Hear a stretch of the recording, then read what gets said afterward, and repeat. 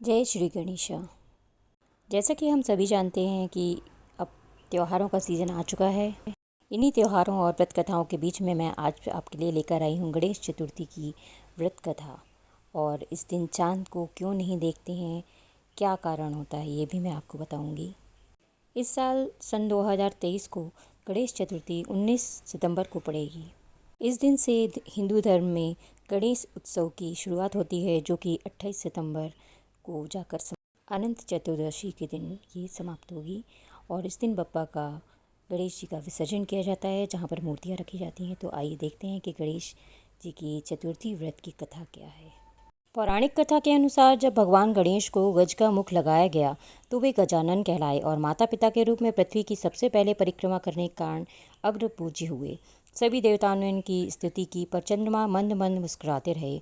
उन्हें अपने सौंदर्य पर अभिमान था। गणेश जी समझ गए कि चंद्रमा अभिमानवश उनका उपहास कर रहे हैं। क्रोध में आकर भगवान श्री गणेश ने चंद्रमा को काले होने का श्राप दे दिया।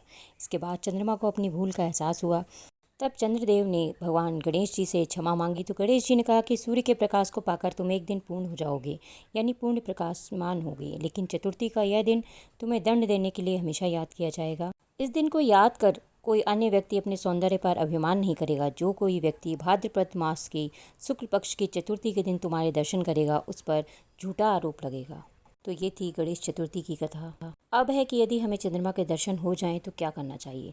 अगर भूलवश या किसी अन्य कारणों से गणेश चतुर्थी को चंद्र दर्शन हो जाए तो कलंक चतुर्दशी की कृष्ण स्मृतक कथा को पढ़ने या सुनने पर गणेश जी क्षमा कर देते हैं। कलंक के दोष से बचने के लिए हर दूज का चांद देखना भी जरूरी होता है। ध्यान रखें कि भादों की चतुर्थी को हमें चंद्र का दर्शन नहीं करना है। अब है गणेश चतुर्थी पर कैसे करें गणेश जी की पूजा। गणेश जी के पूजन के समय प्रसाद के लिए बेसन या बूंदी के लड्डू या गुड़धानी का प्रयोग किया जा सकता है। धूप, दीप, लाल चंदन, मौली, चावल, पुष्प, दूर्वा, जनेऊ, सिंदूर आदि से भक्तिभाव से गणेश जी का पूजन करना चाहिए। गणेश जी अथर्वशीर्ष का पाठ करने से गणेश जी शीघ्र प्रसन्न होते हैं।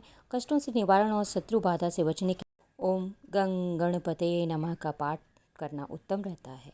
यदि आप अपने जीवन में सुख, समृद्धि व संतान प्राप्ति चाहते हैं तो गणेश जी पर प्रत्येक बुधवार को सिंदूर चढ़ाना शुभ होता है। गणेश जी के पूजन व आरती के समय उनके पिता भगवान शिव, माता पार्वती, भाई कार्तिकेय, दोनों पत्नी रिद्धि व सिद्धि तथा दोनों पुत्र लाभ व क्षेम का ध्यान भी अवश्य करना चाहिए।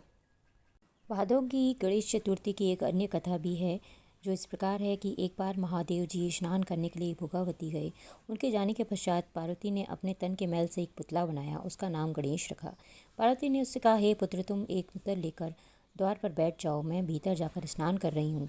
जब तक मैं स्नान न कर लूँ तब तक किसी भी पुरुष को भीतर मत आने देना। भोगावती में स्नान करने के बाद जब भगवान शिव जी आए तो गणेश जी ने द्वार पर रोक लिया। इसे शिव जी ने अपना अपमान समझा और क्रोधित होकर उनका सिर धड़ से अलग करके भीतर चले गए। पार्वती ने उन्हें नाराज देखकर समझा कि भोजन में विलम्ब होने के कारण महादेव जी नाराज हैं, इसलिए उन्हें तत्काल 2 थालियों में भोजन परोसकर शिव जी को बुलाया। तब दूसरा थाल देखकर तनिक चिंता और आश्चर्य से होकर शिव जी ने पूछा, यह दूसरा थाल किसके लिए है। पार्वती जी बोली, पुत्र गणेश के लिए, जो बाहर द्वार पर पहरा दे रहे हैं। यह सुनकर शिव जी और अधिक आश्चर्यचकित हुए। तुम्हारा पुत्र पहरा दे रहा है? हाँ नाथ, क्या आपने उसे देखा नहीं? देखा तो था, किंतु मैंने तो अपने रोके जाने पर उस उद्दंड बालक को समझकर उसका सिर काट दिया। यह सुनकर पार्वती जी बहुत दुखी हुई, वे विलाप करने लगीं। तब पार्वती जी को प्रसन्न करने के लिए भगवान शिव ने एक हाथी के बच्चे का सिर काटकर बालक के धड़ से जोड़ दिया। पार्वती जी इस प्रकार पुत्र गणेश को पाकर बहुत प्रसन्न हुई। उन्होंने पति तथा पुत्र को प्रीतिपूर्वक भोजन कराकर बाद में स्वयं भोजन किया। यह घटना भाद्रपद शुक्ल चतुर्थी को हुई थी, इसलिए यह तिथि पुण्य पर्व के रूप में मनाई जाती है। आपको ये कथाएं कैसी लगी, प्लीज़ का सब्सक्राइब करिए और कमेंट करके बताइएगा। नए हैं तो सब्सक्राइब करना आप ना भूलें। जय श्री गणेश।